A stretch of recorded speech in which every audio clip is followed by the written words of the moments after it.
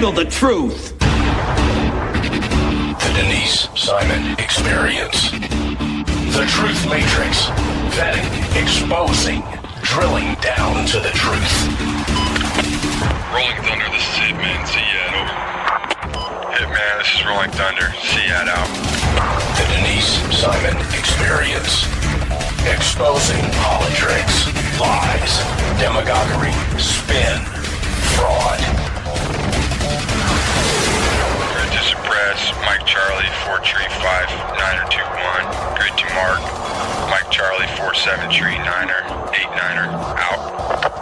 Promoting individual situational awareness. Question, probe, notice, ask why.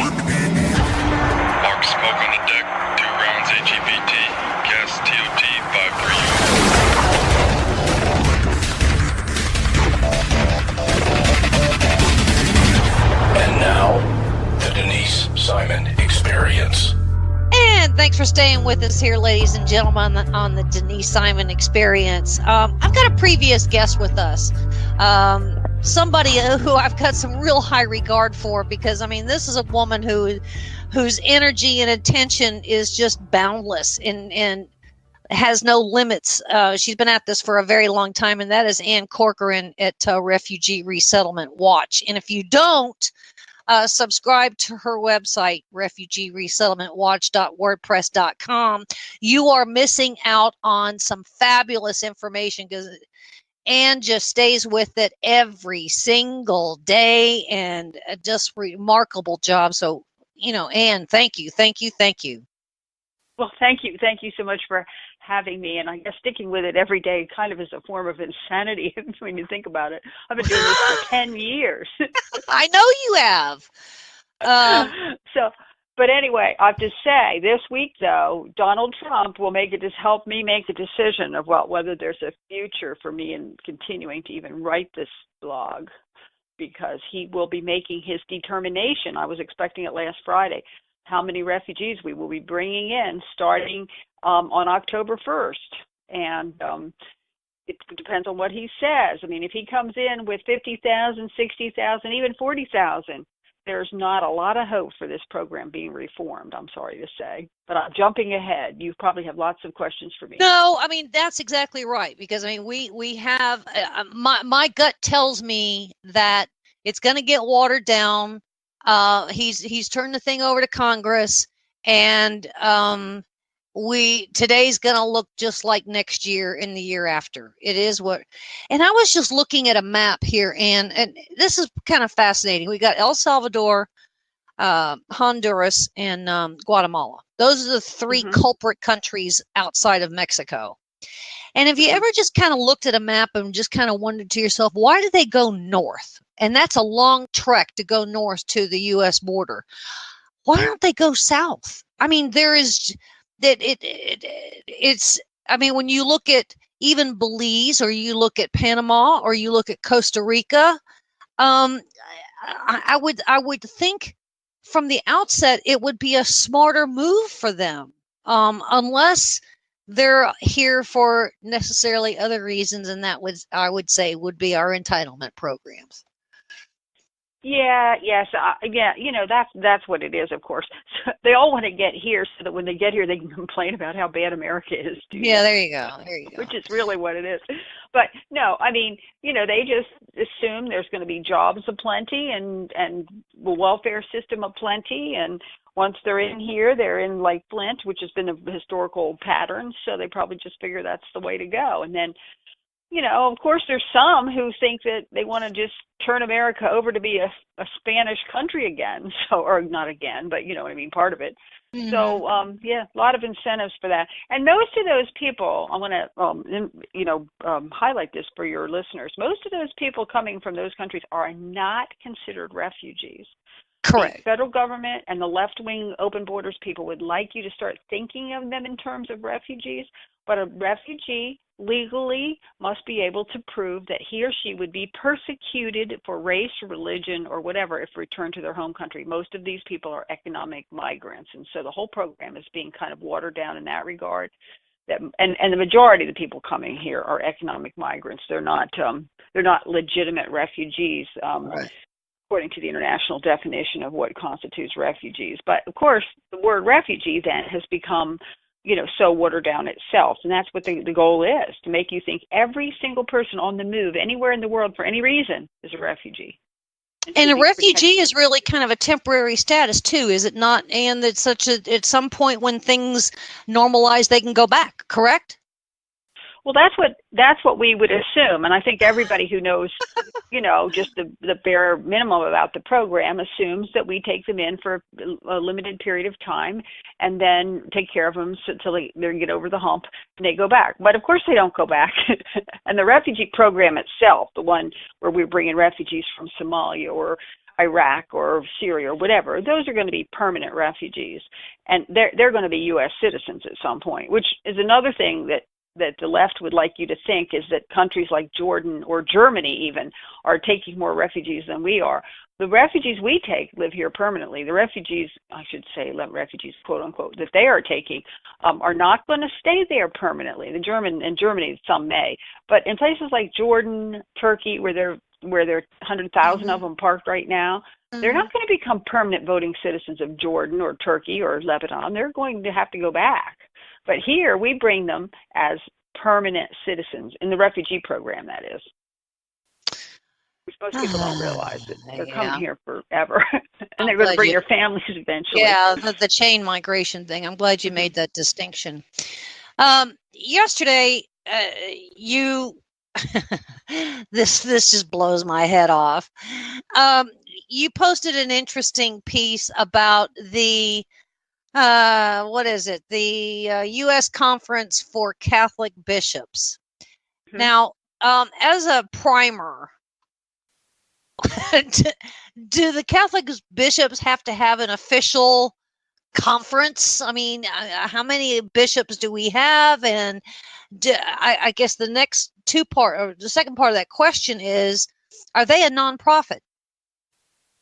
Well, I don't know how many bishops we have. I really don't know the answer to that. But the U.S. Conference of Catholic Bishops is, well, here's the kicker. It's a nonprofit organization, but it doesn't have to, as a standalone, it does not have to file a Form 990 because it claims it's a church. Churches don't have to file. Form 990 is the IRS document that you could look at, like some charity, like say you want to look up Salvation Army and how much money they had. They're a nonprofit who has to file what's called a Form 990. The bishops don't file a Form 990 because they call themselves a church, and churches don't have to do that. So it's very hard to get at their finances. But I've been able to get at their finances, and I have a new post today on how much money the bishops got last year to take care of refugees, the Cuban-Haitian entrants, the unaccompanied alien children. And last year in 2016, the bishops were paid out of the U.S. Treasury almost $100 million to take care of migrants and refugees. It's $95,256,000. Mm-hmm. So yeah, just think about that. That's what they're being paid. And the part that makes me so mad on that, the biggest part, is they never tell anybody that they have this financial interest in it. It's all about welcoming the stranger and social justice and all these other, weasel words about humanitarianism and Christian charity and what would Jesus do and all of that. But they never say, if they would just put in each of their news releases, the U.S. bishops do receive $100 million annually from the federal taxpayers for these programs. Now, I would have less to squawk about if they would admit it. You did such a good job. I want you to repeat that number because that's for 1 year. Correct? Yes. Today, one of my readers found the financial documents, audited financial statements for the bishops for 2016, actually for many years prior to 2016 too. But the most recent one, 2016, for the U.S. Refugee Admissions Program, various other programs under the refugee program, the unaccompanied alien children. I think some of your listeners probably know about unaccompanied alien children. Those are these quote-unquote teenage boys who came across the border, mostly on their own. 31, yeah. Anyway, the total amount for 2016 federal grants that went to the bishops was $95,256,272. And that doesn't even include other monies that went to Catholic charities directly from the federal government to different Catholic charities around the country. So we're talking $100 million or more the bishops got to take care of refugees. And if they would just tell people that, I mean, the average person, when they hear in their Catholic church, they hear a program about how we have to welcome the stranger and the refugees and all of that, the average Catholic parishioner, I'm sure, thinks that the good Catholics across America are contributing their hard-earned money to this Christian charity, when that isn't so. It's the taxpayers that are paying for the vast majority of the program. So the government's giving them almost $100 million. And then they, I would say, sitting in some kind of a service, we're doing this and we're doing this and we're doing this. So they're getting maybe even dollar for dollar, in from their parishioners. I don't think their parishioners are giving them. If you're suggesting the parishioners are handing out $100 million a year for this program to match, they're not. No, but I'm saying, but they are making those contributions too. So it has become an economic revenue stream. I'll tell you what, there's no question. As a matter of fact, on a previous financial statement, they actually broke out how much parishioners gave to this program, and it was tiny. It was $2 or $3 million a year. So that in fact, the bishops were about 98% funded by taxpayers for their migration program. In other words, there was virtually no private charity involved. It was almost all federal. This whole thing would collapse. Their whole thing would collapse if the federal government pulled out the refugee funding. And to tell you the truth, the refugee funding is based on a per head basis. So as the number, that's why they're screaming bloody murder about this number of how many we're going to bring in. Because if we drop down to, say, 10,000 refugees a year, this will crash these contractors' budgets. They won't be able to function because they over the years, they have failed to raise private money. And so they're almost completely dependent on federal dollars. And if the federal dollars are attached to a refugee on a per head basis, as the refugee numbers drop, so does their income. Yeah. Now, Anne, are there expenses against this $95 million? In other words, are they responsible for housing or food or some kind of stipend? Yeah, I don't want to imply that the bishops are all sitting on $1 million.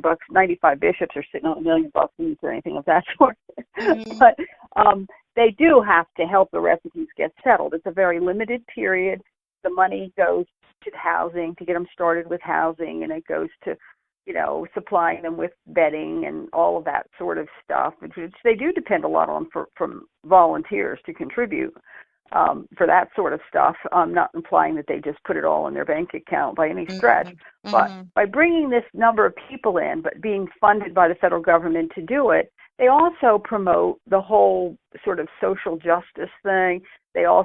It's a very kind of left-wing way of looking at things because they know that most of these refugees are going to vote Democratic when they get here. Because I think I've joked that if you told all immigrants who are coming into the country for the next few years that they had to register as Republicans, it would kill immigration in a heartbeat. These groups would just kill it themselves because they don't want these immigrants coming in and voting Republican. So there's a lot of different incentives involved. And one of the things that the Republicans themselves in Congress, if you're wondering why they don't slow this flow, it's the Chamber of Commerce Republicans want this refugee flow because these are people who are available as cheap immigrant labor for big meatpacking companies and other processing companies. So it's kind of like the average American citizen paying for all of this is kind of squashed between the Republicans who want the cheap labor and the Democrats who want the voters. So the average person is left kind of like in the middle, squashed in the middle. Now, and the United Nations is really the front line of these applicants and the flow of these refugees or these migrants. And then from there it goes where? To go over to the Health and Human Services? division well, of? what happens is the United Nations picks our refugees, okay, for the most part. For example, that is why we got 95, 6, 7% Syrian Muslims as opposed to Syrian Christians in the last few years. It's because Syrian Muslims go to the UN camps, and the UN picks the refugees. They're picking them from their camps, so the vast majority are Syrian Muslims coming into the United States. Not the vast majority of refugees per se, but that the vast majority of Syrians are Muslims coming into the United States. The UN picks them. Then Homeland Security and the State Department supposedly screen them. Now, my question, and has always been, how do you screen somebody who comes from a failed state? It's not like you can call up Syria and say, hey, what's the criminal record on, Joe Schmo here? You can't get that kind of information. They have left a failed state. There's not background information just kind of laying around to be looked at. So, but Homeland Security and the State Department claim that they are thoroughly screened. And then these contractors that I'm talking about, and the bishops are one, the U.S. Conference of Catholic Bishops are one of 9 contractors. They sit down every week in Washington, a representative from their contractor sits down with the State Department, and they literally pass around file folders with documents in them for the different refugees coming in that week. And they basically just kind of pass them out on okay, well, I'll take this Syrian family over here, and another group says, well, I'll take that Somali group over there because we got a bunch of Somalis already in my town, so I'll take this Somali group over there, and you'll take this, and let's take these, people from the DR Congo and put them in, some other city that's got a ton of blacks because they're black, and we need to put the people from the DR Congo with the other blacks, which is just insane. I got to tell you, American blacks and African blacks are not the same, and they often have conflicts when they put them in the same communities because they don't think the same. It's not a skin color issue. It's a cultural issue. So anyway, they divvied them up that way based on, and it's a competitive thing. I have a friend who calls it bidding for bodies because each body has a price tag. So they kind of figure out, okay, well, the bishops actually get the most every year, the most refugees, but they divvy them up, and then they're placed around the country. Now, Health and Human Services gets in here because they give grants for other things that the refugees need, like there's grants for medical health, and there's grants for even crazy stuff, what I call crazy stuff, like community gardens. There's federal grants from the Office of Refugee Resettlement to grow community gardens. So that money flows through a contractor. Like it might be $100,000 grant for 2 years for Lower Podunk, Iowa, to have a community garden for refugees. So it's a $100,000 grant, and they're skimming off the top for the staff person who's managing the grant money, and then he or she goes out and buys some timbers to make raised beds and some soil to put in the raised beds, and away they go with gardens. So, Anne, in the case of these Catholic bishops, then if any of these migrants / refugees go sideways for whatever reason, there's some criminal action or, there's some other fallout, they are essentially protected because you had Department of Homeland Security and Health and Human Services that are actually taking the responsibility for accepting those people in the first place. So any blame, or the Catholic bishops are exonerated from anything that may be illegal or kind of went sideways, correct?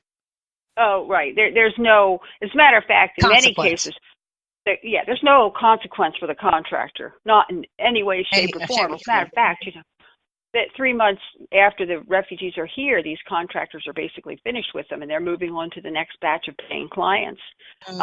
So a year later, refugee. But here's where the taxpayer's really on the hook for this. So you have a refugee who maybe kills his wife. We won't go into the terrorism stuff, but there are terrorism cases too. A refugee kills his wife, murders his wife. Well, he goes to court in our court system.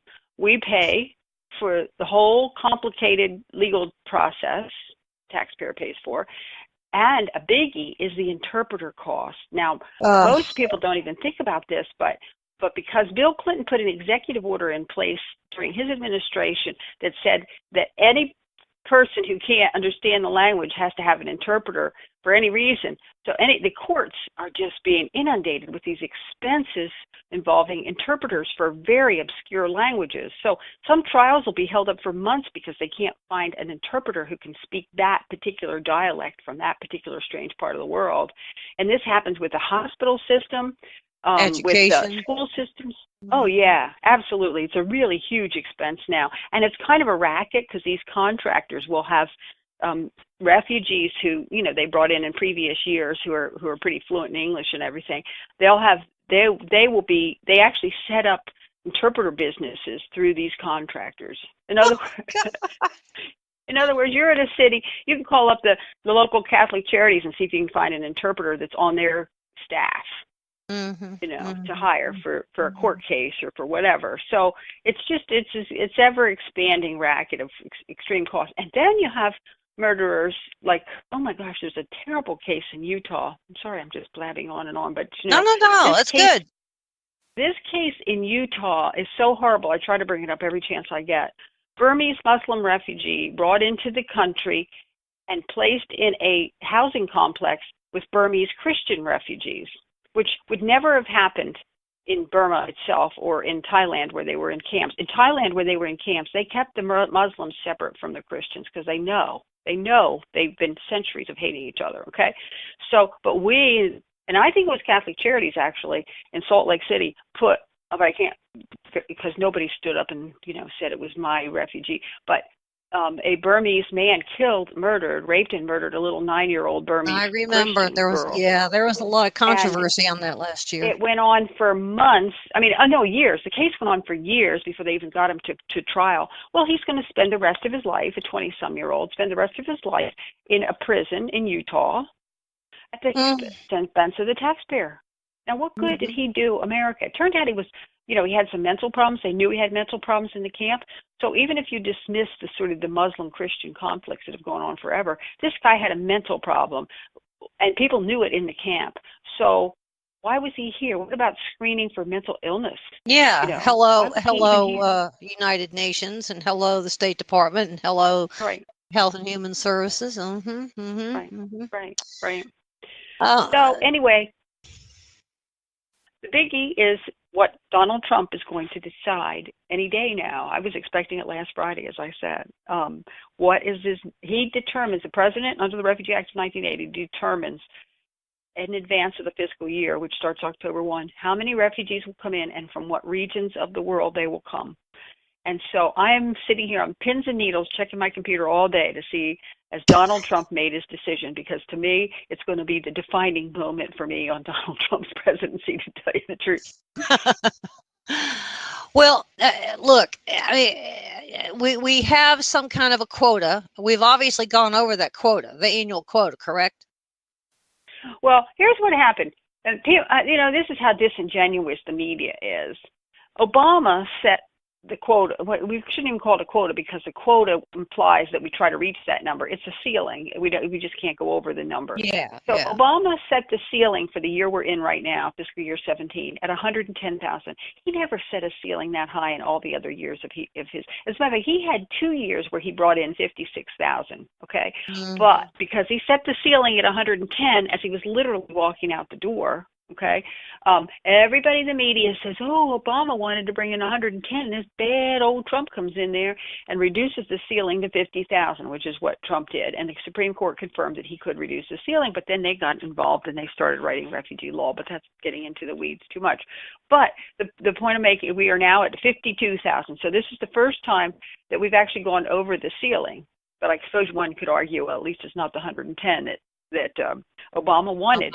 But they couldn't even handle 110. That was Obama just sort of sticking it to the man as he walked out the door. To the next administration. Exactly right. And if it had been Hillary, she'd have probably brought the 110, whether they could manage 110,000 or not. But you see what I mean? But for Trump, it left him looking like the meanie for cutting it. So he's going to end up bringing in around 53 by the end of this month, 53,000. And Obama had 2 years at like 56, 57,000. in 2 of his years. So it's like we're not that far off, and we can't really sort of praise Trump for really cutting the numbers. But on the other hand, you can't really call him some, meanie. Bush had 2 years in the 20,000s because after 9/11. So Trump is, doubled that. So anyway, it's going to be interesting to see because here's my push, Trump should suspend the program for this year. I agree. He should say, we have homeless people in Texas now, we have homeless people in Florida now, and we are going to have homeless people in our territory, Puerto Rico after Maria. Yes, Puerto Rico. So we have enough poor people in America that are going to need shelter. Get first priority. Yes. Yes. America first, right? That's right. Ladies and gentlemen, Ann Corcoran, please go visit refugeeresettlementwatch.wordpress.com. Remarkable work. And I mean, she's been at this 10 years, if not longer. I mean, every single day. And thank you for sharing all of this and kind of putting things in context for us. Please come back and come back, and we hope that things can change here a little bit. But thank you so much, and ladies and gentlemen, thank you for being with us here on the Denise Simon Experience.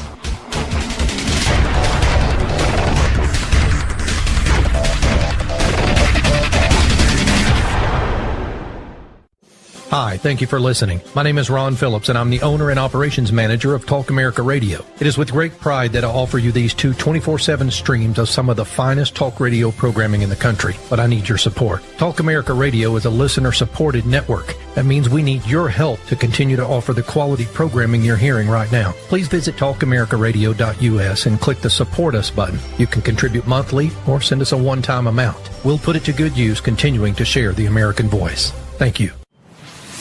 Hi, this is Michelle Malkin from CRTV.com, and you're listening to Talk America Radio, the new dominant force in conservative talk radio.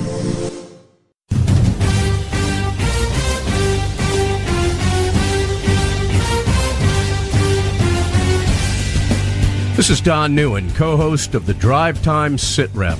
Join me as I call in to my Intel analyst, Denise Simon, for my daily situation report, or Sit Rep, the Drive Time Sit Rep. Check talkamericaradio.us for more information and show times.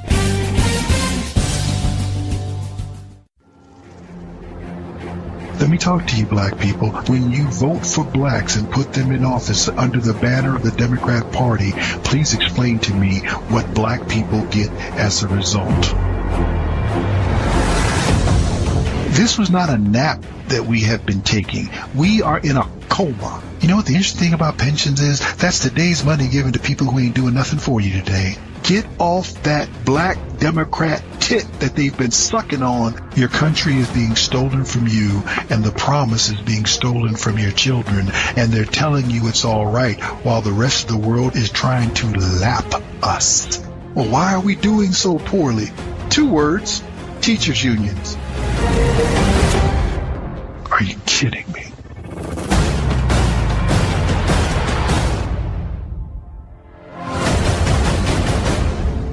Black Man Thinking, Monday nights, 9 p.m. Hi, it's Mark Walters from Armed American Radio. You know, for nearly a decade, I've been educating, informing, and entertaining responsibly armed Americans. And during that time together, we've shared some ups and downs, haven't we? Trump's election saved our Supreme Court and no doubt the future of our gun rights for now. But now is not the time to lay down. The enemies of freedom are well-funded and more determined than ever. To keep up with the state of your gun rights, make sure to tune in to Armed American Radio right here on Talk America Radio, the new dominant voice in conservative talk radio. KTA Digital Dallas.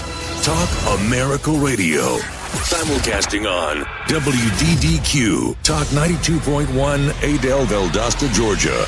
And WJHC, Talk 107.5, Jasper, Florida.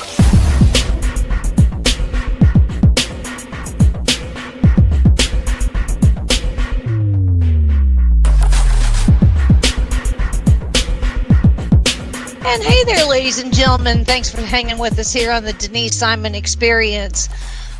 We have our flagship digital network, which is talkamericaradio.us. And our terrestrial flagship is WDDQ Talk 92.1, serving South Georgia, North Florida. And we're proud to be a part of all of those that have picked up the Denise Simon experience and keep us along for the ride. I have Mr. Mark Will Weber with us. And I'm not sure that I have done a radio program on alcohol. We talked about the Civil War on the Denise Simon experience, but putting an alcohol bent to the whole thing is an unusual experience for me. But Mr. Mark here has written a book, one of many, I might add. Muskets and Applejacks, Spirits, Soldiers, and the Civil War. What fun! The Civil War is always kind of a bloody battle, but he's kind of put a fun little twist to it if he possibly can. So thank you, Mr. Mark, for being with us here on the Denise Simon Experience. Well, thanks for inviting me. I'll start off by asking this kind of question, and I just had a visual in my mind, Mark. There just seems to be something about two adversaries, the North and the South, and I'm not quite sure one would shoot the other if the other was drunk. Would you? I mean, I can't imagine somebody shooting the other guy because he's just, drunk. I mean, you kind of take pity. You would take pity on him, wouldn't you? Yeah. Not only that, if you want to riff off that theme, a lot of times you'll see this where a guy's badly wounded and a soldier from the other army will actually give him a hit of whiskey or Applejack from his canteen to alleviate the pain. So that comes up in their diaries a lot. You'll see something really just sort of nonchalant entry in a diary or a letter saying, I saw this Johnny Reb and he obviously was badly wounded, and I gave him a little bit of whiskey out of my canteen, or the reverse, where the rebel is taking care of the Union guy that's shot. And it's strange because they would sometimes have truces after these really bloody battles to let both sides go out and bury their dead, and those guys would always trade alcohol between each other. They'd go out, and if one side had an abundance, they would share it with the other officers, at least, not necessarily with the enlisted guys. Although the guys that were sentenced to burial detail, you can imagine what an awful job that would be, were often given an extra whiskey ration to go through that task. The same with digging tunnels, or they put down these temporary bridges called pontoons to cross the rivers, which they were often doing. And those guys got extra whiskey because they had to stand in waist-deep water to build these temporary bridges. I remember something too about World War II and the Germans. It was Christmas Eve, and they all came out of their trenches and decided to sing a couple of Christmas carols and have a couple of shots of whiskey and I think that was actually World War I. They had a temporary Christmas truce, and the Brits and the Germans came out of each other's trenches. You're right, and they traded, a little Scotch whiskey for schnapps and so on and so forth. And the Germans always have beer. And by the way, in my book, the Germans always have beer too, because there's full regiments of Germans from St. Louis and from New York and from Wisconsin and even from Pennsylvania. And they almost have an understanding that they're allowed to make beer. So in the Civil War, the Germans always had beer, lager, and they would invite guys from other units that weren't supposed to have alcohol. They knew they could get it from the Germans, so they would come over, and the Germans would probably for a price, fix them up. Well, I guess there's, on a battlefield, Mark, there's always a little bit of humanity, and there's always some kind of a common bond about, sharing a swig or a sip out of a flask. I mean, that's just kind of like a send-off kind of thing, right? Exactly. And you see it a lot too when various officers are captured, because a lot of the officers, we forget, they went to West Point together, so they knew each other.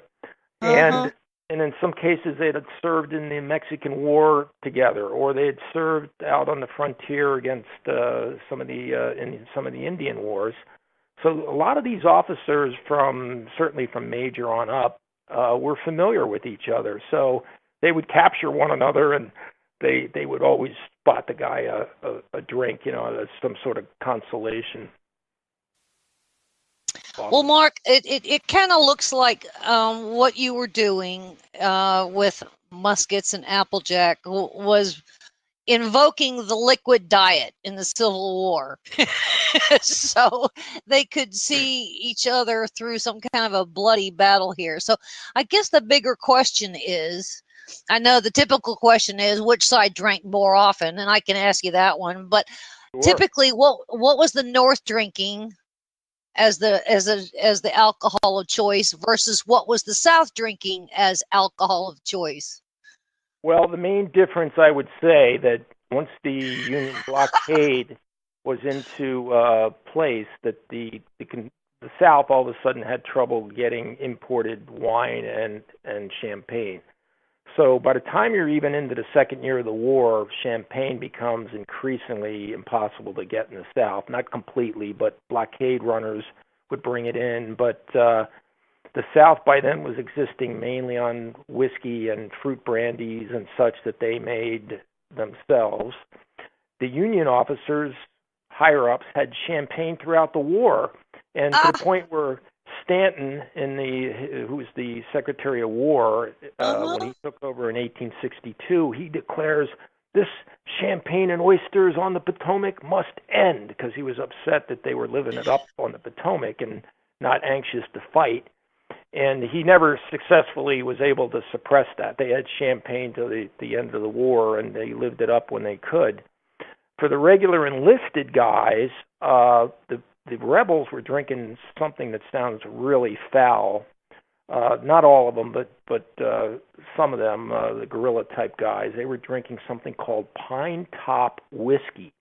And pine top whiskey apparently is made by boiling pine needles in a big kettle and draining the resin from the boiled pine needles into grain alcohol. So you can imagine how lethal it must have been, and it probably tasted something like whatever you clean the kitchen floors with, Yeah. It couldn't have been good. It was sort of this medicinally pine stuff that was very, very potent, and they called it pine top whiskey. They were kind of resourceful then, weren't they? They're incredibly, you want to hear how resourceful they were with getting it? Because the regular enlisted guys weren't supposed to drink other than their meager jigger of whiskey that they were given to prevent colds and mosquito-borne illnesses and that kind of thing. But they, early in the war, you see a lot of references to them going out with their rifle, getting the rifle barrel filled with whiskey and trotting back into camp with it and then pouring it into something. So they were doing that until the guards got wise to that. And then they started doing really creative things like hollowing out watermelons and pumpkins and getting booze in there. So they'd bring in a wagon of pumpkins, and every other pumpkin would have a bottle of whiskey hidden in it. And pickle jars, they would bring in jars of pickles, but every third one would be, again, a whiskey jar instead of pickles. And then all of a sudden the officers were like, why are these guys all waiting for pickles, They weren't waiting for pickles. When women would visit, they would hide the bottles under their skirts and bring them in under these big hoop skirts that they were part of the era. So they'd do that. And even on Thanksgiving, sometimes they'd get sent turkeys, and they'd cut into the turkey and find a bottle in there that somebody up north thought they might want. So there was incredible creativity on how to get alcohol. To the point where sometimes the officers were like, how is this possible, that these guys were able to get alcohol? Did we end up with a bunch of wealthy people on the back end of the Civil War that was, had all these distilleries that were making money hand over fist because they were selling alcohol to both sides? Well, there was some of that going on with all sorts of commodities. And again, another one that I thought of just after the fact was they would sometimes get cans of peaches, and there'd be like 3 peaches in there, and the rest was whiskey. So they'd open it up, there'd be like 3 slices of peach floating around in a vat of whiskey. But the guy that made a ton of money was this guy by the name of Butler, who was detested in New Orleans. They called him Beast Butler, the Southerners called him. And what he would do is he would slap martial law on and forbid anybody to have alcohol.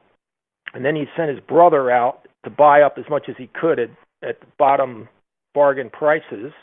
His brother would buy all the alcohol. He'd lift the ban and then sell the alcohol back at 3 times as much. And they said that even in that day and age that he made several $1 million. So you can imagine that would have been like, $30 million today or something or more. So he was an extreme profiteer and hated by the New Orleans people because he was so harsh. He would hang guys if they were out of line, that kind of thing. So he was a detestable character, and even the Northerners didn't care for him that much. So we've got some clever entrepreneurs here.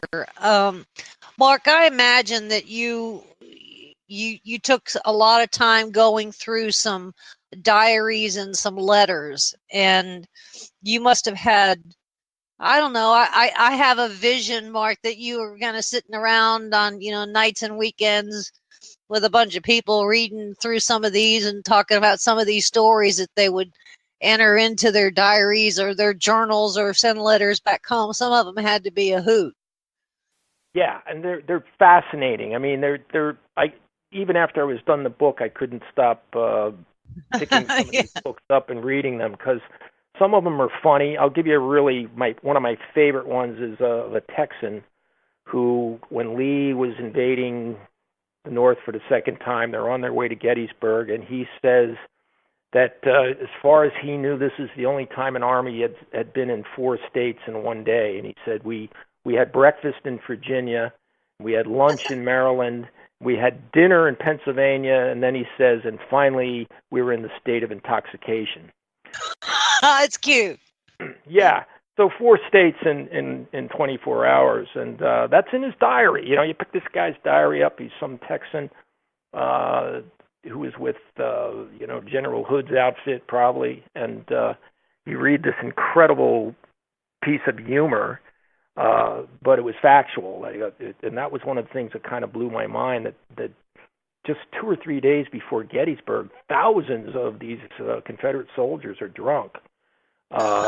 And a bunch of their officers, to the point where General Rhodes had to be put to bed in Carlisle on June 28th because the officers got into a keg of German lager, but they didn't realize that it had been mixed in a whiskey barrel. It had been so there was either still some whiskey in it, so it was way more potent than they anticipated.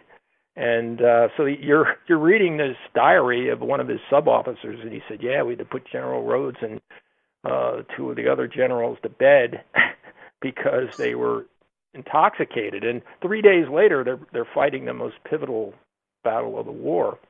And the Union guys the same way. They were passing through towns in Maryland on the way up to confront Lee's army, and at every town they were being welcomed with whiskey and such.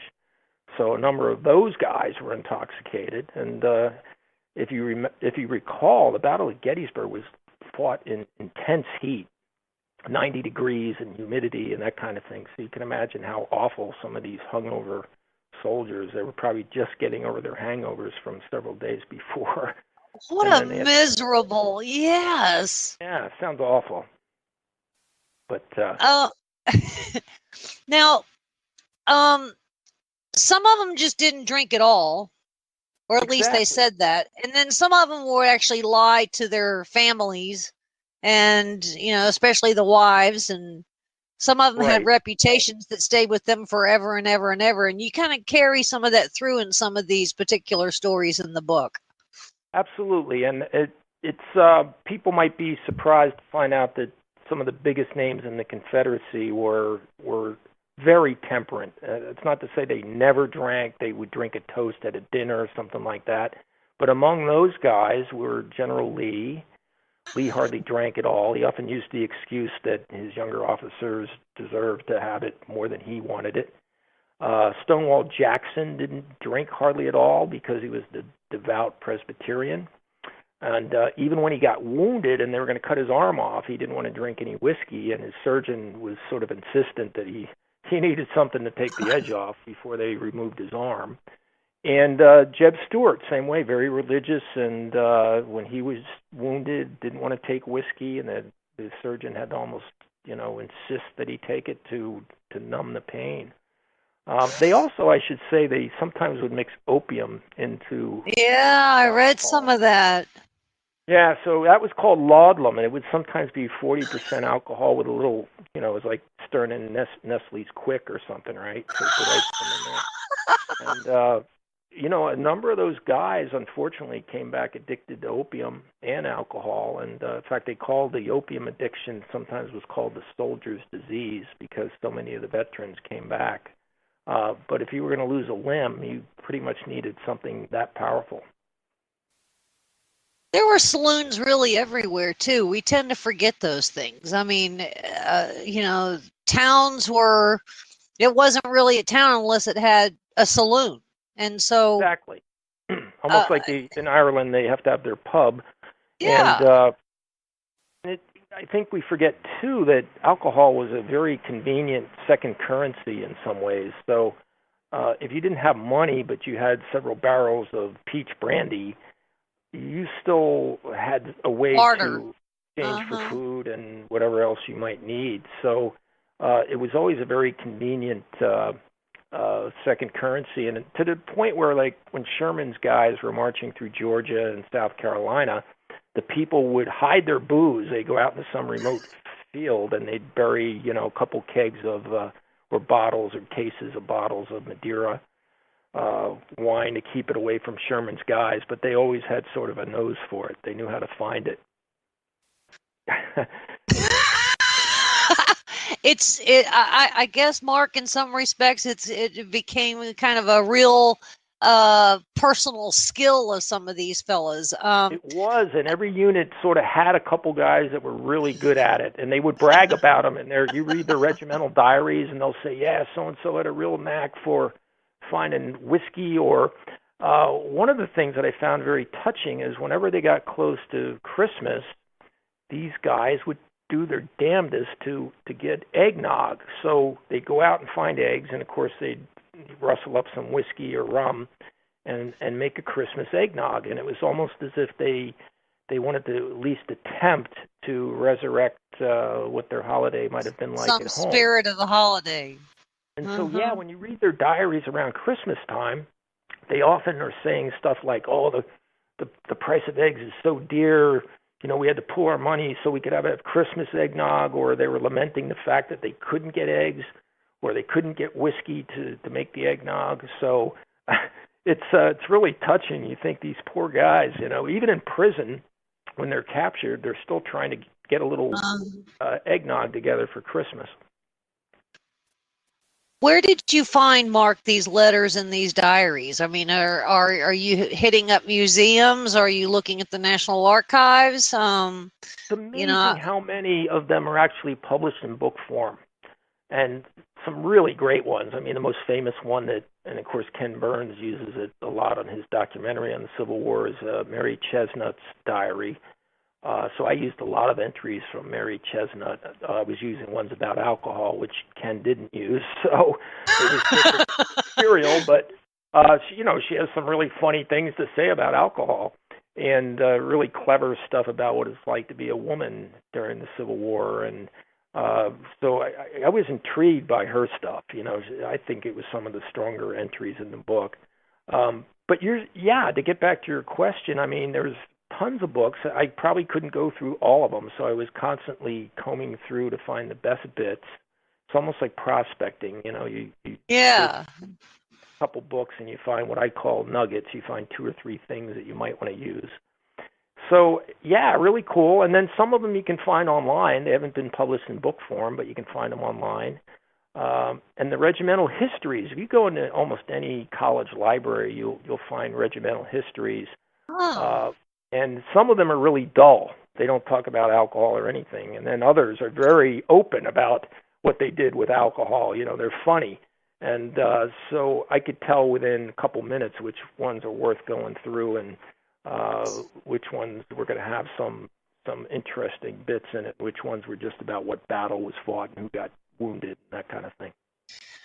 So on the eve of the Lincoln assassination, I'm guessing it was true that all of our suspects here were actually in a saloon, I would say, several nights before that kind of led up to this thing. And then after, he was assassinated, some of them just about to go down. Some of them just bailed out and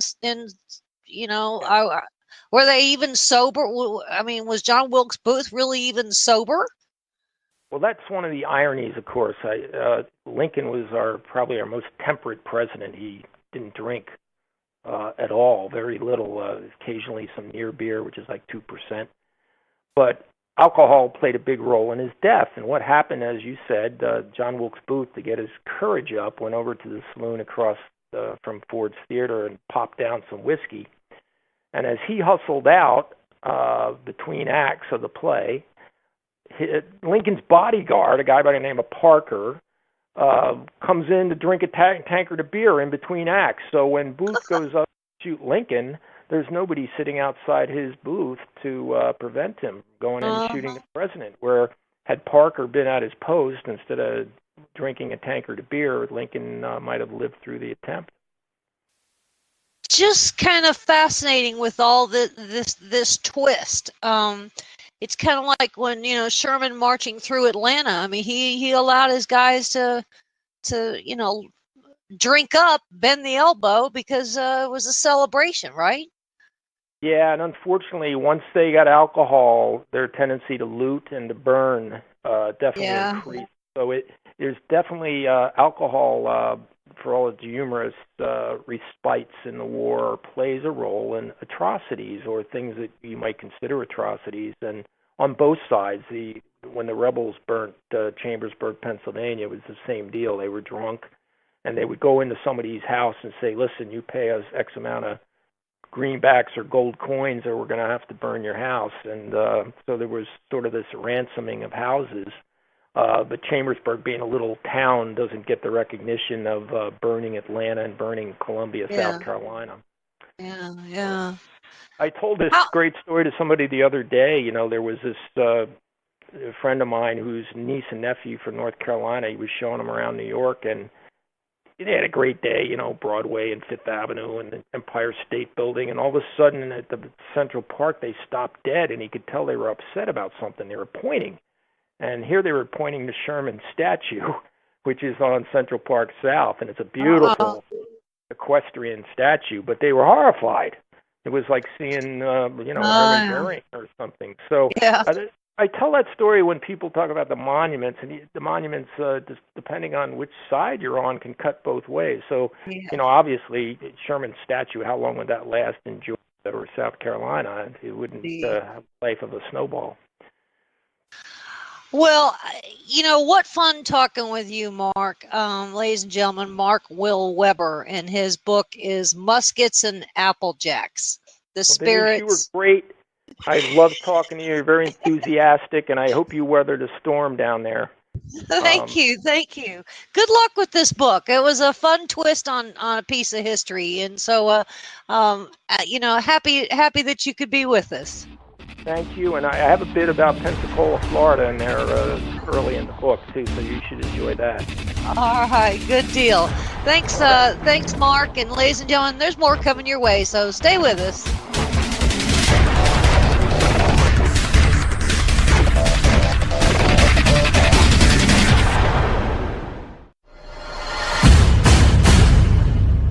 You can't handle the truth!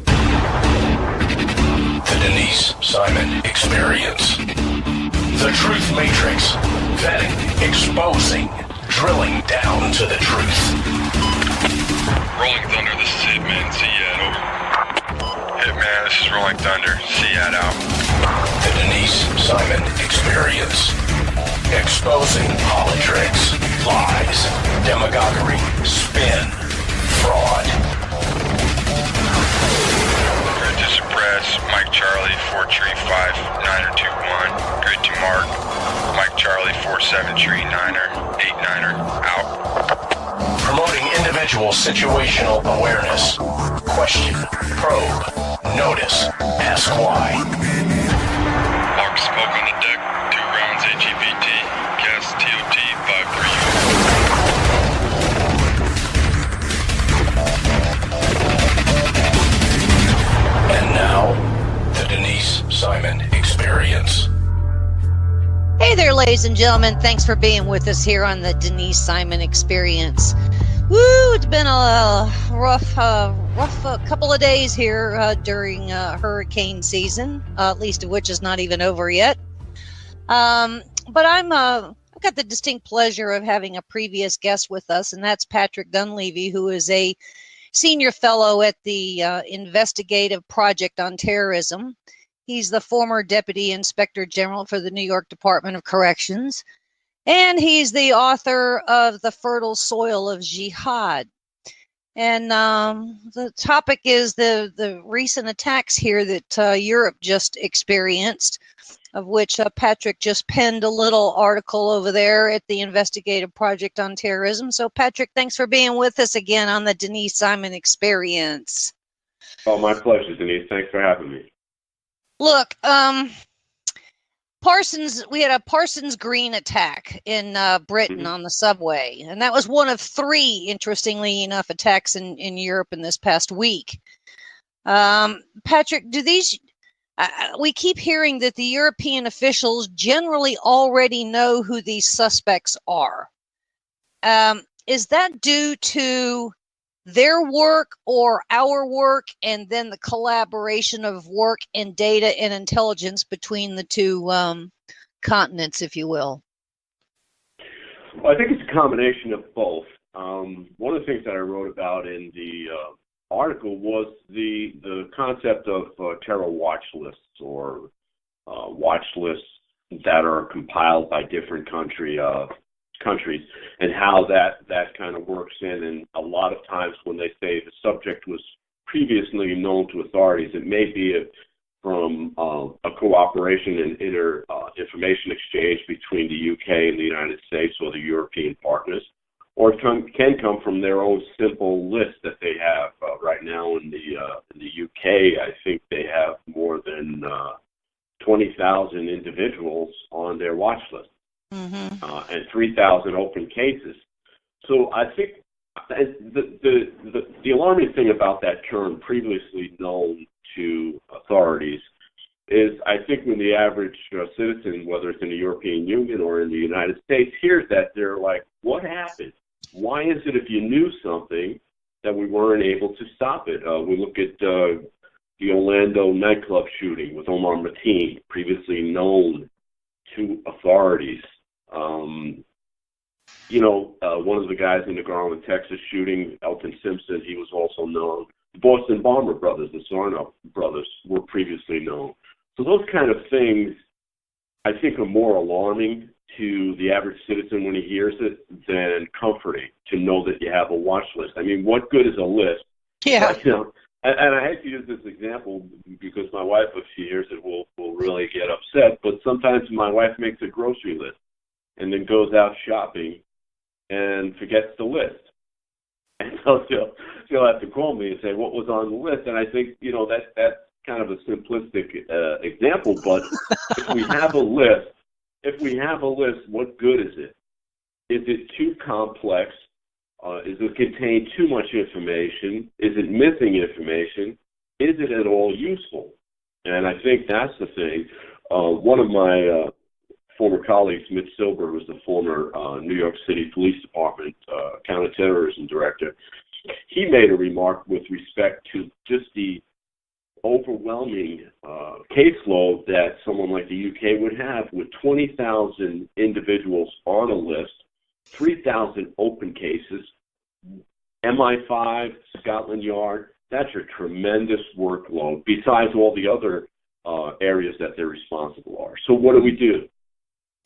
Just add a name to a list. So we need to, as Mitch suggested, you're going to need more detectives, more investigators, more analysts. You're going to need more staff if you're going to match up with the caseload, with the numbers. France, where two of the other attacks took place, again, they weren't as sophisticated as the London underground bombing. They were just one individual with a knife attacked a French soldier, yelling Allah Akbar. And then in a small suburb outside of, I think it was the Burgundy area of France, two women were attacked by an individual with a hammer, shouting Allah Akbar. Again, the primitive use of weapons, sometimes it's a bomb. This particular one in the subway didn't really detonate properly. But a hammer, a knife, we've seen cars, trucks, vehicles like that. France having, I think, 16 or 18,500 names on it. How many open cases did they have? We've seen that before when we saw the Charlie Hebdo attacks, when we saw the Brussels airport and train attacks. Again, individuals known to authorities. But if you have this tremendous list with all these names, where do you get the resources to go after them? Well, Patrick, there's got to be some criteria for a name to be entered onto a list in the first place. So they met some threshold, and therein lies, I think, the starting point for Europe, at least. Now, here in the United States, we have 14,000 FBI agents, and we think that they are only exclusively working terrorism, which is hardly the case. In fact, I get emails in batches every single day from cases that the FBI works, and a lot of them don't even have anything to do with terrorism. In fact, most of them have to do with sex trafficking and narcotics. So I'm guessing, Patrick, that there's a resource problem. In other words, the volume is already outnumbering the resources. Is that right? Well, yeah. I mean, if you talk about the United States terrorism watch list, it's kind of broken into different components. It has what's known as the Terrorist Identities Data Mark Environment, or TIDE. That contains over 1,000,005 names. Now, only 16,000 of those individuals on the 1,000,005 are actually citizens or permanent residents, but that's a tremendous load. But then you also have other databases, and again, the criteria for the information to get in there: is there duplication? Is there error? Mm-hmm. But 16,000. I mean, do you have someone just sitting at a computer? Mm-hmm. How does the interaction of that information work? One of the things I talked about in the article, too, was that we still don't have 100% cooperation between all federal, state, local law enforcement agencies. They're not 100% cooperation because there's still mistrust, some age-old turf wars that are going on. And so there's sometimes names missing off the list. For instance, the FBI has a case management system known as Sentinel. And in that goes case files, investigative reports, interviews. So say someone calls up and says, hey, I think my cousin or my next door neighbor or somebody is becoming radicalized. Well, they may call up to the local police department. The police department may respond to it, or they may flip it to the local FBI agent's office in their area. Now an interview is done. Then they go and interview the individual, and maybe there is some information, maybe there is some leanings, but there's nothing really of a crime there. So they write up a report, and it goes into their case file. How does that now make it does it go to the terror watch list? Does it meet the threshold of important information? When you look at how individuals are sometimes caught, I think it was the Oklahoma bombing suspects. One of them was stopped. Timothy McVeigh was stopped on a traffic incident. Mm-hmm. Mm-hmm. So that type of information is important.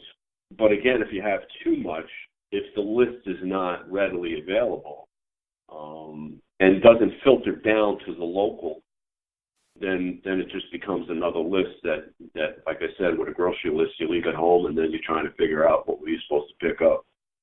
Or having access to it altogether. Then we have the no-fly. Yeah. Then we have the no-fly list. Mm-hmm. Then we have a sanctions list. I mean, so and clearly different agencies have ownership and access, and not everybody has the same. At least of which you mentioned are the fusion centers. So, and so we have our own intelligence bureaucracy here when it comes to access of database, which I would argue Europe does too. Between MI6 and the local law enforcement and Scotland Yard and, the European court system and the European crime list. And so there has to be an evaluation made of the name on the list as to what is the priority on that particular name. Does this particular name reach the threshold where we have to take a case, conduct surveillance, whether it's electronic surveillance, whether it's an actual boots on the ground watching an individual? Those decisions are made, and sometimes they're good. We have to be perfect 100%. The terrorist only has to, one mistake, and we see what happens. But there was another terror database, which was a public information, was an open source, and it was put out by the Memorial Institute for Protection of Terrorism, MIPT. They had a terror knowledge database that went back to 1968. They compiled a list of terrorist events that had taken place from the 60s all the way through to 9/11, individuals like the Baader-Meinhof gang or the Red Brigade or the Weather Underground, Palestinian Islamic Jihad. And that was actually an excellent database. In fact, one of the cases that I wrote about in my book regarding an individual who was radicalized in prison, an individual by the name of Edwin Lemons, traveled overseas, attained madrasas in the Middle East as well as underground tactical training. He was actually in that database when we arrested him. We arrested him in the Orlando, Florida airport based on his return from the Middle East and the fact that the only charge we had on him right then that we could grab him was possession of a weapon by a convicted felon.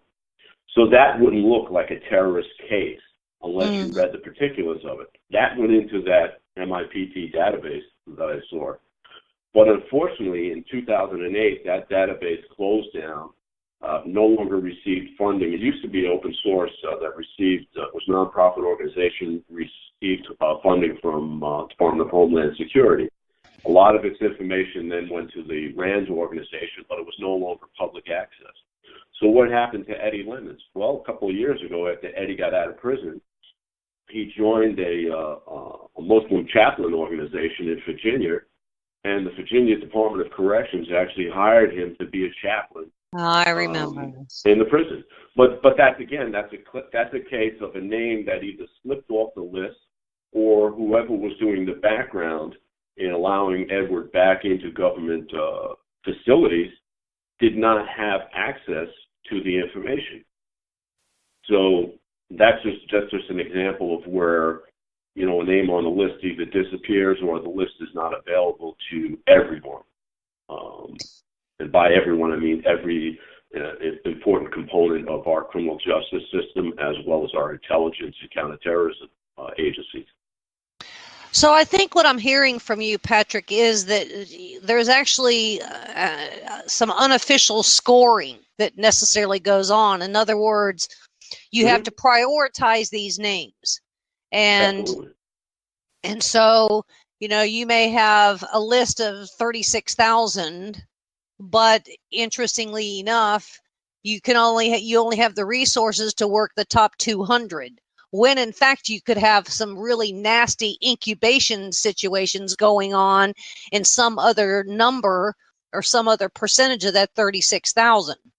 So sure. We're prioritizing. We're prioritizing terror.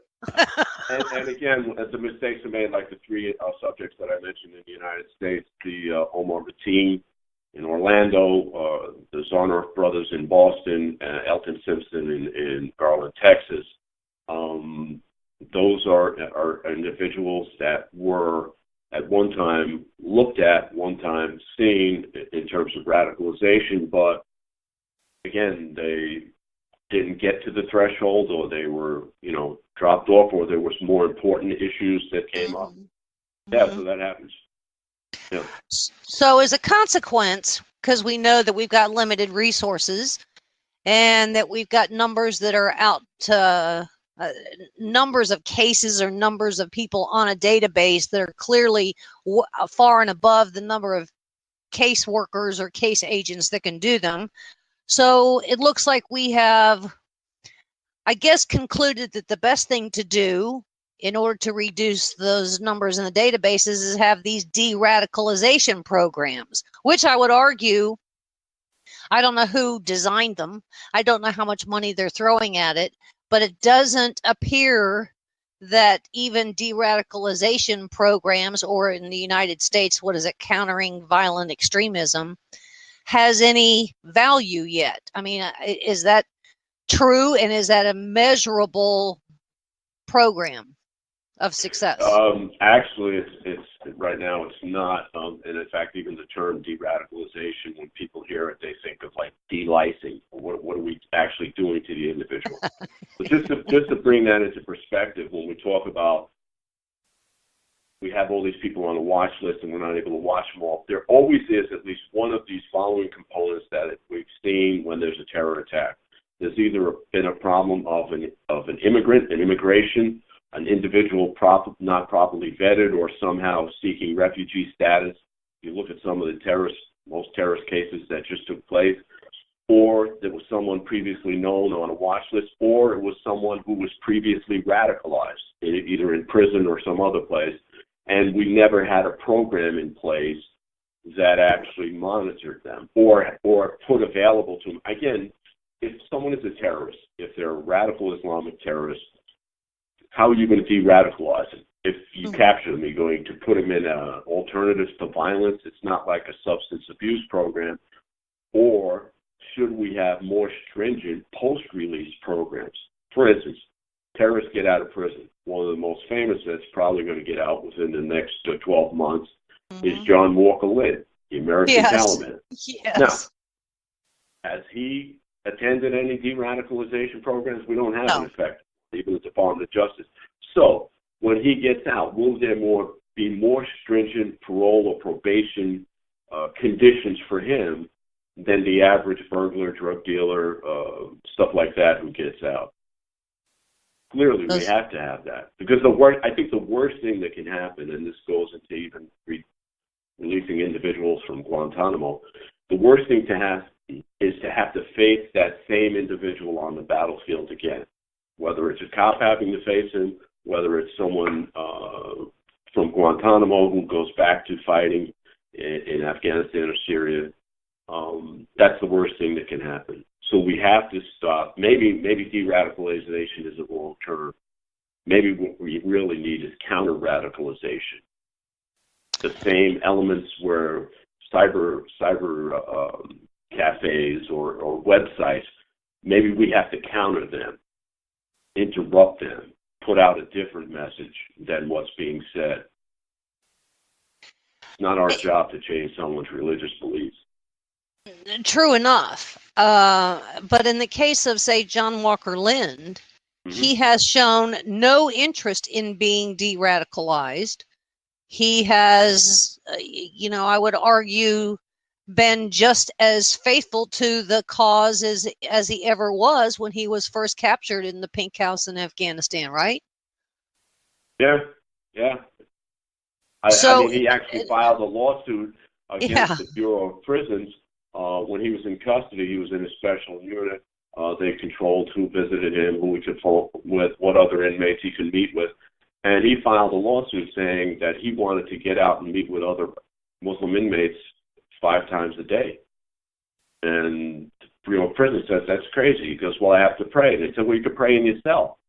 He said, no, my particular religious beliefs say that I have to have community prayer 5 times a day. And under the Religious Freedom Restoration Act, United States, I claim that right. And a judge ruled in his favor. So did he change his radical views? I don't know. If you look at the recidivism rate of a common criminal, anywhere from low figure 35% to high figure 66%, that's a common criminal. Could we even afford a 20% recidivism rate on terrorists? Yeah, I don't think so either. And, Patrick, the resources to assign to these people, kind of like a probation type officer, they're not equipped to handle that kind of thing. John Walker Lynn gets out and he is far and above the experience, the employment portfolio of a terrorist probation officer. Right, so you're going to have specialized training, specialized units. The old adage, pay me now, pay me later. Yeah. Either we invest now in some sort of counter-radicalization program, or we'll pay later for it. I mean, most of the increase in these terror attacks has been taking place in the European Union and the UK. But the United States is not going to be immune from this type of uptick. We've seen, again, the UK, a 68% rise in the number of terror arrests just in 1 year. Mm-hmm. The United States is not going to be immune. Right now, the FBI has 1,000 cases of terrorists. 300 of them involve refugees or from countries that were war-torn, either Syria, Iraq, or Afghanistan. So we're not going to be immune from the increase in the threat. So I think we need to have resolve, at least our Congress, and we see it from the president. We have to have resolve, and some sort of action has to be taken to provide the resources necessary. And Patrick, when it comes to sentencing, we can argue that the sentencing that these guys receive here in the United States is not enough, but nonetheless, it is what it is. But it is certainly heavier than the sentencing that happens to those in Europe, and it's almost like by comparison, Europe just gets a slap on the wrist. They go to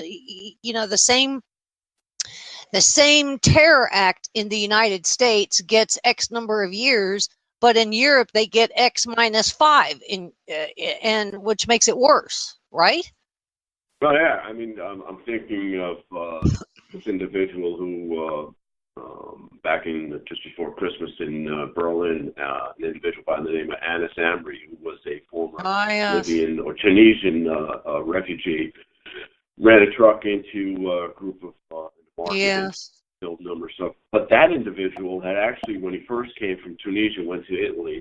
He was arrested in Italy for common crime. Became radicalized. While he was in prison, he tried to decapitate his cellmate. And he got out of prison in 3 years. I mean, it's nuts. I mean, yeah. It's nuts. But unfortunately, eventually everybody gets out of prison. Either they get carried out, but the vast majority walk out, and that's happening in the United States as well. Groups like the Portland Cell, the Lackawanna Six, the Virginia, those guys are out of prison. They're out. Ladies and gentlemen, we've been speaking with Patrick Dunleavy, the senior fellow at the Investigative Project on Terrorism, the author of the book titled The Fertile Soil of Jihad. Now you understand some of the bureaucracies for somebody who studies it, who lived it, who writes about it, and has done excellent work.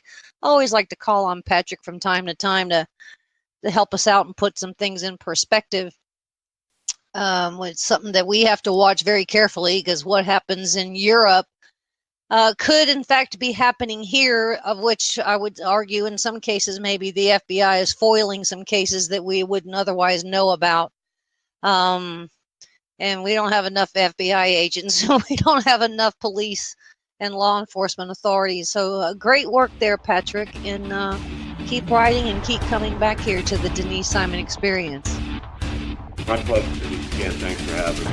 All right, ladies and gentlemen, there's more coming your way, so make sure that you stay with us.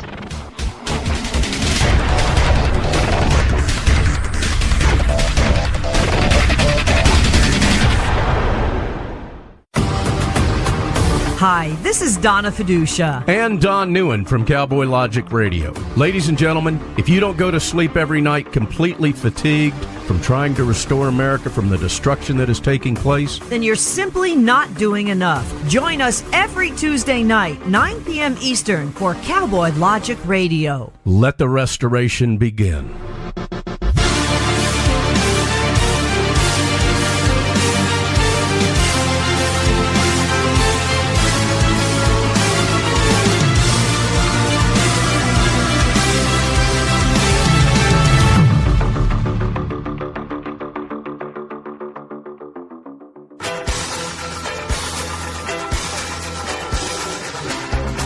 Hi, this is Denise Simon, the host of the Denise Simon Experience. I feel compelled to tell you people that Don Newen is my favorite talk radio host, period. Not Mark Levin, not Rush Limbaugh. I can't do this. Do it, Denise. Read it. Read it, Denise. Not Sean Hannity or Laura Ingraham, but yep, Don Newen. Cowboy Logic Radio is featuring the ever-stellar, highly gifted Don Newen, right here on Talk America Radio. This is Don Newen with Cowboy Logic Radio. On behalf of my beautiful co-host, Donna Fiducia, I'd like to express my gratitude to Denise Simon for those kind words. I don't think I could have done it better if I would have written that myself. Cowboy Logic Radio, every Tuesday night, 9 p.m. Eastern, right here on Talk America Radio.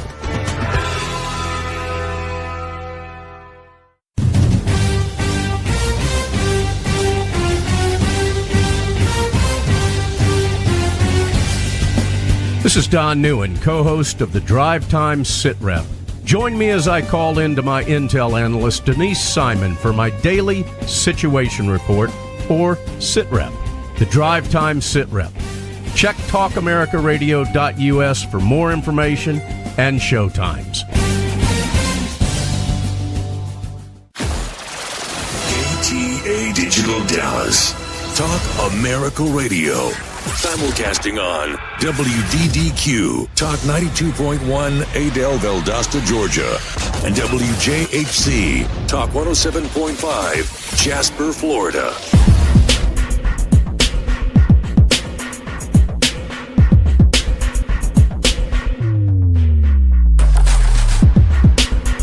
Hey there, ladies and gentlemen. Welcome to the Denise Simon Experience. I'm your host, Denise Simon, and with me, with distinct pleasure, is Cliff Kincaid. He is a previous guest and somebody that I love to tap on the shoulder from time to time when I know that somebody's probably just as angry at me as I am over a particular topic, and that's the UN.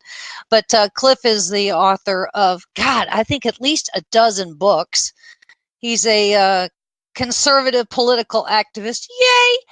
And he's got a website, usasurvival.org. So with all of that, he's got a resume that goes forever. And so thank you, Cliff, for being with us on the Denise Simon Experience. Well, good to be with you. Okay, UN General Assembly. But before we kind of get started, you sent out a little bit of a teaser in an email today, and I was pretty happy to receive it. And I loved it that you put in there, the house that Hiss built. And so in that, would you please tell the listening audience who Alger Hiss was 50 plus years ago because of his work in San Francisco? Alger Hiss was really the first acting Secretary General of the United Nations. At the time, of course, he was a top State Department employee. Turned out he was also a Soviet spy. He was actually convicted of perjury for denying he was a Soviet spy. That's why we call the UN the house that Hiss built. Uh-huh. And as a matter of fact, some of my earliest books back in the 80s were on the UN. I wrote one called Global Bondage, the UN Plan to Rule the World. And then the follow-up was Global Taxes for World Government. And I tell you, I've been griping about the UN for a long time, but I think now, unfortunately, thanks to Donald Trump, who I expected differently from, the UN is on the road to world government. People have to start reading these UN resolutions, reading these hard-to-find documents to understand exactly what the future holds. And once again, as I've seen probably 12 times over the years, they are trying to expand and increase the power of the UN through what they call UN reform. But Cliff, the UN didn't even start off. I heard Trump today. He said something like, go back to its original core mission. Well, I don't even know what that is anymore, or what it was supposed to be and what it ended up being. And I'm not sure that he does either. And I would argue that even you going back to the 80s and writing about it, you were predicting all of this. I was, at the time when I started writing these books, they would ridicule me saying, I was seeing black helicopters and making up things and fantasizing and engaging in conspiracies. But what I'd done, Denise, was during the 80s and 90s, I actually went to several UN conferences, one in Monterrey, Mexico, several at the UN in New York. I went into their own library. I looked at their documents. And lo and behold, they had openly stated they were in favor of world government. And they've been working for years and years now to come up with a global tax scheme. Because until now, they've been dependent on what are called voluntary contributions from member states. And they don't like that. They want to have an independent source of revenue, just like any government. And by the way, when you think about a government, what do you think of? You think of a legislative body, a court system, a police or an army, and then you think of an independent source of taxation. And that's really what the UN needs. They've got over 100,000 peacekeepers. They've got their legislative body called the General Assembly. They've got various international courts. They've got an International Court of Justice, an International Criminal Court, various ad hoc tribunals. They just don't have that independent source of revenue. So that's where they're struggling now, and I'm afraid that may be done under the cover of so-called UN reform. Now, they don't call it global taxation. That would just be too threatening. So, and this is what I find, they've been using this phrase for years. They call it an innovative source of revenue. This is, Denise, it's extraordinary to see this happen, especially under this president, because as you know, Trump had campaigned against the UN, said it didn't solve anything, made problems worse. His Office of Management and Budget proposed cuts in the UN budget, but there he was in New York today, and he's going to give a speech talking about the noble goals of the UN. Noble goals. It was always intended to be a communist front organization. Yes. So the only difference is now it's become a front for global Islam. About a third of the members now are members of the Organization of the Islamic Conference, which is, and that includes, by the way, not only Muslim countries, but it also includes countries with a lot of Muslims, such as Russia. Russia is not a member, but an observer, and of course, various Palestinian terrorist groups. Look, the United Nations is really a hub for spies, and I would argue it's probably the largest hub for spies in the world, where Geneva, Switzerland's probably its sister hub. And so, and so when all of these spies and all of these diplomats that are operating undercover get free parking in New York, there's a lot of nastiness that's going on, and you can walk into the UN building and very rarely even find anybody, because what are they doing? They're all commiserating with some nasty people out there in rogue countries, aren't they?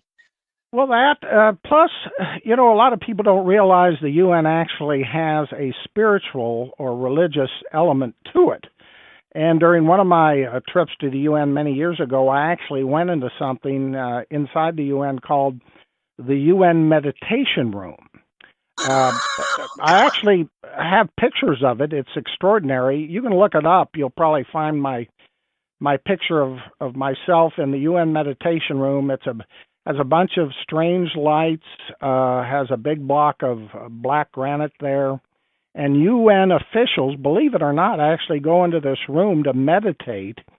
And according to some experts, meditate and come into being with a planetary or global consciousness. This is how they see it. I'm not kidding. And there's I've documented all of this over the years. But here's the key thing. Trump's up there saying, well, we've got to make it more efficient.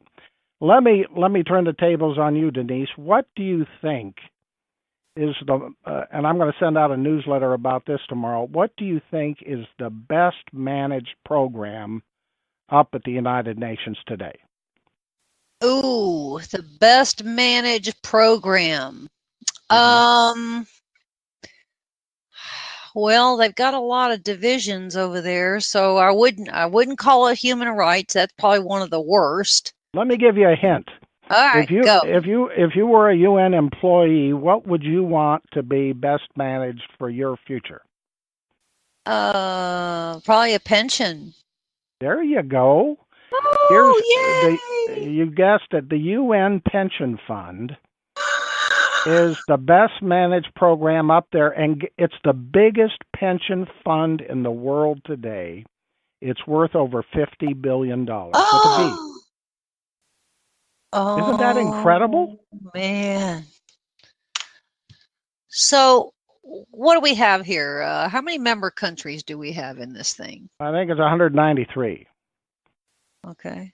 So they've all essentially given up some kind of sovereignty to some weird, I would say, UN ambassadors.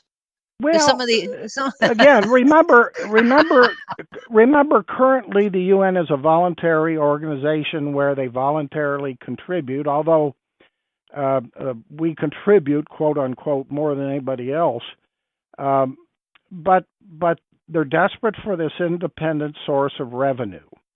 And they've got various schemes underway, international taxes on, say, airline travel or to generate this kind of revenue. The United States has never accepted it. And this is why I'm so distressed by this sad spectacle of Trump going up to the UN, because it looks like he's trying to tell the globalists, hey, I'm not so bad, I'm not so mean. In fact, I saw Trump on the evening news tonight saying he wants to make the UN great. Yes. Did you see that? I did. Look, I mean, we have a Human Rights Council over there. We have the UNRWA, which is the Palestinian thing. We've got the antiquities. We got the history. We got all of these things, and Cliff, I don't see anything now that's managed. Well, I shouldn't even say managed, but it just isn't pulled off the way you would think it would be pulled off. Now, here's a fascinating thing. When you go to do a speech before the UN General Assembly, you pretty much have everybody there. There are a couple of countries we choose not to bother to show up, which is okay. But you go through some kind of council to know what needs to go into the speech. I can't even imagine what briefings that this Trump administration would necessarily have had that would be candid, that he would include in this thing, such that he would talk about the corruption in the UN peacekeepers and the corruption in the money and the reform and all of this other nonsense. I don't find anything about the United Nations redeeming. Do you?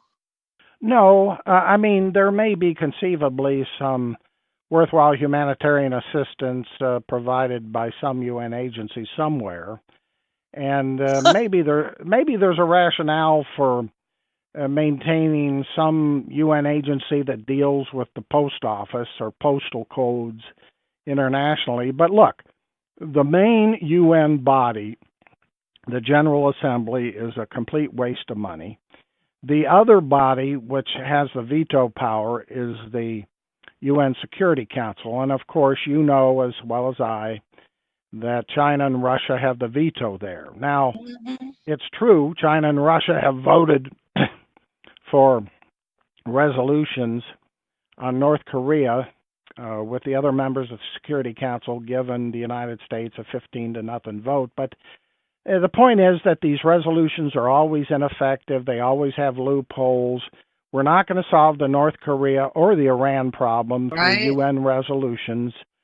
So it's basically just a diversion and a waste of time and money. Well, what do we have? We had the oil for food scandal, right? We obviously have the Palestinian Refugee Agency. Now, at some point, the Palestinians, we're into generations of being refugees when they're in their own protected area. So I don't know how they can keep being refugees. Then we have the IAEA, which is the atomic inspection operation. I would think that they got some pretty good people over there, but they don't get access to anything that's important.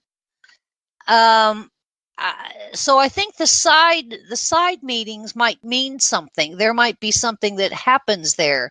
As you mentioned, North Korea, we did a whole Cash for Kim's kind of scandal thing for the Kim regime.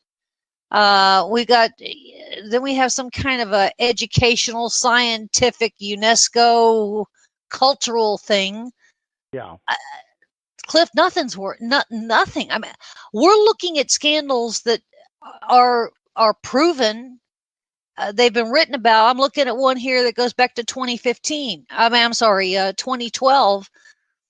And so we're going into 6 years. So in 6 years, we haven't reformed anything. So Trump's going to walk in there and reform with this new Gutierrez secretary guy. Yeah, and by the way, Guterres, the new UN Secretary General, is from Portugal. Yeah. He's a former president of the Socialist International. So he's one of the globalists who are part of these building blocks for the New World Order. I mean, you survey the international scene, it's quite extraordinary. You've got Guterres, you've got Pope Francis, who of course is a big UN booster. You've got Barack Obama basically functioning as the shadow president, ready to come back into power. I guess he was just in the news for giving a $400,000 speech on Wall Street. I don't think Hillary Clinton is much of a player anymore.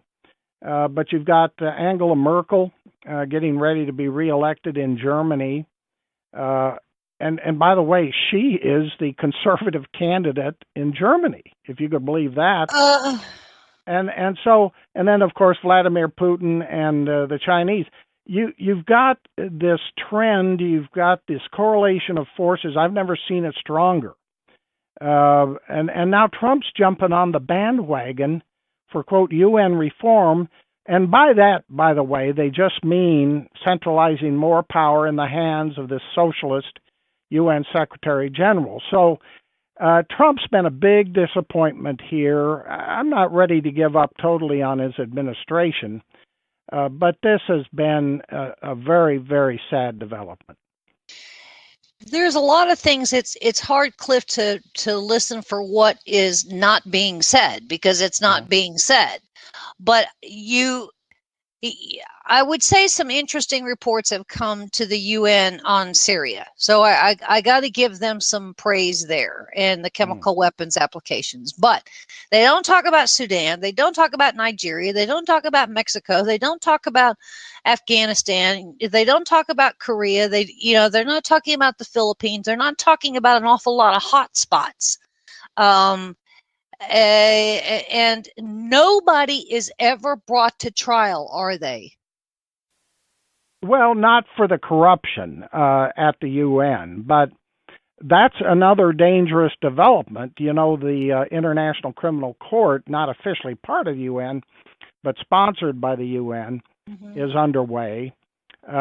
Conceivably, at one time, the ICC could prosecute individual Americans. You know, another book I wrote about the UN many, many years ago, which still concerns me, was on the then case of Michael New. It was called Michael New, Mercenary or American Soldier. He was a U.S. Army soldier who basically was forced into the UN Army, ordered to deploy to Macedonia for some UN mission. He said no. He said he wouldn't do it. He said, I signed up for the green team, meaning the Army, not the blue team, meaning the UN. The UN. He was prosecuted and discharged out of the Army for bad conduct. And I don't have the latest figures now, but I'm sure there's probably some percentage of U.S. Army and other soldiers today who have been deployed on UN missions in violation of their sacred oath. I don't disagree with that. You know, there's a lot of things that they're called blue sheets, and there's a lot of things that go through the United Nations, and I would say they get some pretty good reporting there, how they, you know, because of the people that are wherever they are. But I mean, you've got drug trafficking, you've got firearms, you've got, you know, fraudulent, you know, medicines and prescription drugs, you've got HIV, you got human trafficking, you've got migrant smuggling, you've got organized crime, money laundering, you've got maritime piracy kind of stuff, you've got wildlife, you've got forest crime. I mean, you can't expect an organization with 192, 193 countries to even begin to successfully tackle one or maybe two of any of those items of corruption, either in the government sector or in the private sector. So, I mean, begin to reform the United Nations, I mean, it's something that needed to be reformed 10 years ago, 15 years ago, 20 years ago. We're not making any headway. I would argue that it's just as bad today as it ever was with more money. Of course, but look, as I say, some of my first books were written on the UN problem. They've been talking about UN reform for decades. Mm-hmm. That's why seeing Trump go up there and repeat this nonsense is so disheartening. And people, especially those who are Trump voters, who are part of Trump's base, have to get through to his people, including Nikki Haley, our UN ambassador, and tell him that we don't want any more money funneled to the UN. We want to pull back. If they can't get out of the UN completely all at once, start withdrawing from various UN agencies, one by one. Yeah. That's the plan. That's what we have to do. And I don't have it in front of me, but I know there are a couple bills in Congress to withdraw the U.S. from the UN. I can remember back in the 80s, I participated in a conference on that very subject with then Representative Ron Paul. He was always a stalwart on this, get out of the UN.